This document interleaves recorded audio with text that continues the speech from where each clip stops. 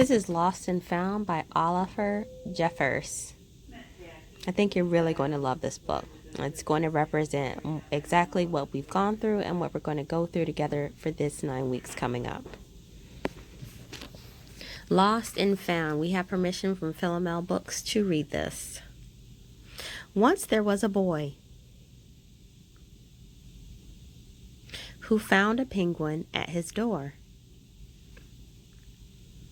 The boy didn't know where it had come from, but it began to follow him everywhere.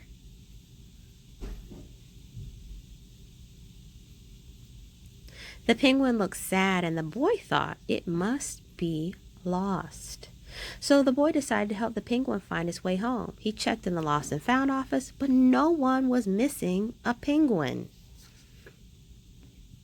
He asked some birds if they knew where the penguin came from, but they ignored him. Some birds are like that. The boy asked his duck, but the duck floated away. He didn't know either. Look at the penguin. He looks incredibly sad.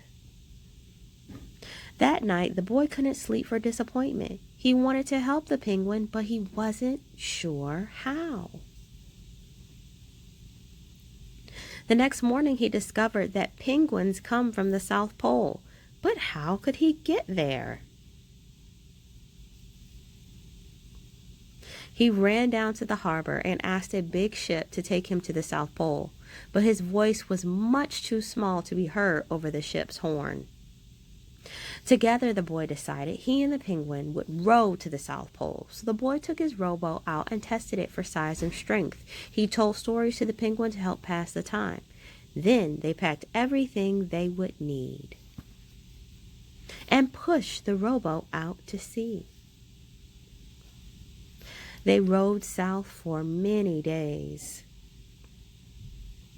and many nights. There was lots of time for stories, and the penguin listened to every one, so the boy would always tell another.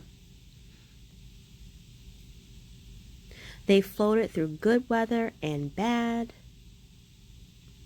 when the waves were as big as mountains. Waves on the ocean do get really big. My dad was in the Navy, and they can get really scary. Until finally they came to the South Pole. The boy was delighted, but the penguin said nothing. Suddenly it looked sad again as the boy helped it out of the boat. Welcome to the South Pole. This is home, right? Then the boy said goodbye and floated away. When he looked back, the penguin was still there, but it looked sadder than ever. It felt strange for the boy to be on his own. There was no point telling stories now because there was no one to listen except the wind and the waves. Instead, he just thought. And the more he thought, the more he realized he had made a big mistake. The penguin hadn't been lost. It had just been lonely. Quickly, he turned the boat around and rowed back to the South Pole as fast as he could. At last, he reached the pole again. But where was the penguin? The boy searched and searched, but he was nowhere to be found. Sadly, the boy set off for home. But then the boy saw something in the water ahead of him. Closer and closer he got until he could see the penguin. Hey, buddy. Oh, that's so sweet. And so the boy and his friend went home together, talking of wonderful things all the way. It's Lost and Found by Oliver Jeffers.